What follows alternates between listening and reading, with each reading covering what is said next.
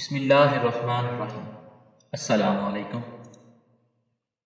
دوستو، ایک صاحب اپنا واقعہ بیان کرتے ہیں کہ چند دن پہلے کی بات ہے کہ میری گاڑی کا ٹائر پنچر ہو گیا۔ راستے میں آنے والی ٹائر ورکشاپ پر رک گیا۔ رات کے 10 بج چکے تھے۔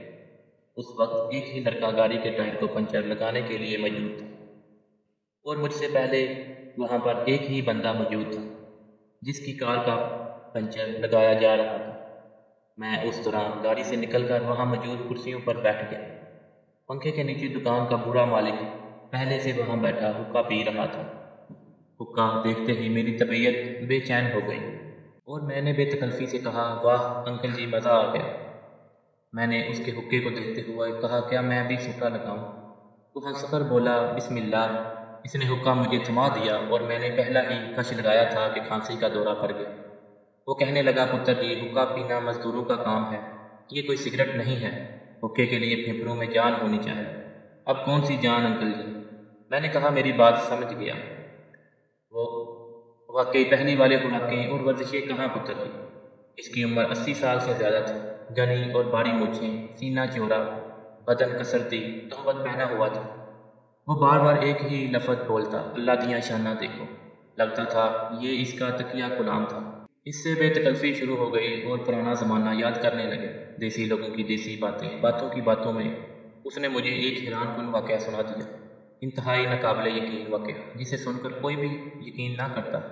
یہ واقعہ اسی کی زبان میں سنا۔ وہ بوڑھا کہتا ہے کہ میں اس وقت 10 سال کا تھا، سمجھ لو کہ 70 سال پہلے کی بات ہے۔ میرے باپ دادا سرگودا کے رہنے والے تھے۔ رب دیاں شاناں دیکھو، میرے دادے کی عمر اس وقت 100 سال تھی جب اس نے مجھے یہ واقعہ سنایا تھا۔ واقعہ یہ تھا کہ اس کے علاقے کے زمینداروں نے اپنی زمین پر کنواں کھودنے کے لیے کچھ مزدور بلائے۔ وہ کھیتوں میں کئی دن تک کنواں کھودتے رہے۔ کنواں کافی گہرا ہو گیا اور پانی نکلنے کے قریب تھا کہ اچانک ایک روز کنویں کے ایک جانب سے مٹی کھس کر کنویں میں گر گئی اور ایک مزدور اس میں دب گیا۔ باقی مزدوروں نے شور مچا دیا۔ منظور مٹی تلے دب گئے۔ مٹی نکال کر اس مزدور کو نکالنے کی کوشش کی گئی، لیکن جب کافی کھدائی کرنے کے باوجود منظور نامی مزدور نہ ملا تو انہیں لگا کہ شاید انہیں مغالطہ لگ گیا، وہ مزدور کہیں چلا نہ گیا ہو۔ اس لیے انہوں نے کنویں میں مٹی ڈال کر اسے دوبارہ بند کر دیا، کیونکہ اب اس جگہ پر کنواں کھودا نہیں جا سکتا تھا اور نہ ہی اس کو خالی چھوڑا جا سکتا تھا کہ کوئی جانے انجانے میں اس میں گر کر ہلاک نہ ہو جائے۔ یوں ہی زندگی کا پہیہ چلتا رہا۔ 30 سال بعد وہ زمیندار فوت ہو گیا تو اس کی اولاد نے کافی زمینیں بیچ ڈالی۔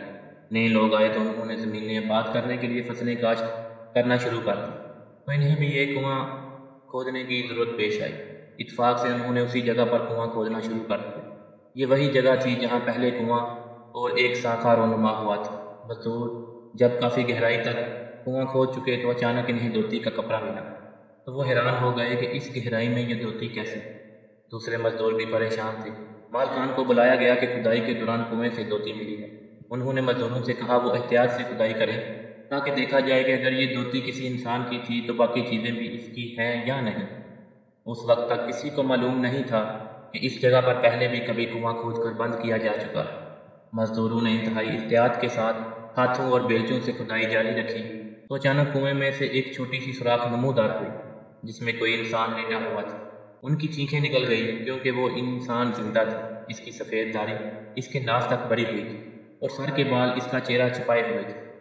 پہلے تو وہ یہ سمجھے کہ شاید یہ کوئی جن یا بھوت ہے، لیکن جب مزدوروں نے مالکان کے ساتھ مل کر اس انسان کو ہاتھ لگایا تو اس کے پورے بدن کا گوشت پیلا ہو چکا تھا۔ اس نے جب اتنے انسانوں کو دیکھا تو بے ہوش ہو گیا۔ کنویں سے باہر نکالا گیا اور پورے گاؤں میں یہ بات پھیل گئی۔ کسی سمجھدار آدمی نے انہیں یہ مشورہ دیا کہ اس کو کوئی روئی میں دیں، کیونکہ اس انسان سے ہوا اور موسم برداشت نہیں ہوگا، کیونکہ نہ جانے یہ پتہ نہیں کب سے اس یہاں پر پڑا ہوا تھا۔ اس کو 10 دن تک انتہائی نگرانی میں رکھا گیا۔ روئی میں دودھ لگا کر اس کو ہٹایا جاتا رہا۔ 10 دن کے بعد جب وہ انسان ہوش میں آ گیا تو اس نے انکشاف کیا کہ وہ بہت عرصے پہلے کنواں کھودتے ہوئے وہ مٹی تلے دب گیا تھا۔ پرانے لوگوں سے جب پوچھ گچھ کی گئی تو ان میں سے ایک مزدور مل گیا جو اس وقت حادثے کے وقت موجود تھا۔ اس نے تصدیق کی کہ ہاں ایسا واقعہ ہوا تھا اور ایک منظور حسین نامی مزدور لاپتہ ہو گیا تھا۔ لیکن آخر یہ کیسے ہو سکتا ہے کہ 35 سال تک مٹی تلے دبا ہوا انسان زندہ ہو؟ زندہ رہنے کے لیے تو ہوا، پانی اور خوراک کی ضرورت ہوتی ہے۔ یہ بڑا حقیقت ناپسند تھا کہ آخر بنا خوراک کے، بنا ہوا اور پانی کے کوئی شخص کیسے زمین کی تہ میں زندہ رہ سکتا۔ اس آدمی نے سنا تو کہا، میں منظور حسین ہی ہوں، بس یہ میرے سونے اللہ کی شان ہے کہ وہ پتھروں میں بھی مجھ کو رزق پہنچاتا تھا، وہ منوں ہزاروں مٹی تلے بھی مجھے خوراک پہنچاتا تھا۔ مجھے یہ نہیں معلوم کہ میں سال تک منوں مٹی تلے دبا رہا، لیکن ایک بات کا مجھے علم ہے کہ میں کبھی بھوکا نہیں سویا، اور نہ ہی مجھے کوئی وقت گزرنے کا علم ہے۔ میں روزانہ دیکھتا تھا کہ ایک گائے صبح صبح آتی اور اپنے تھن میرے سامنے کر دیتی، میں اس کے تھنوں کو منہ لگا کر دودھ پی لیتا تھا۔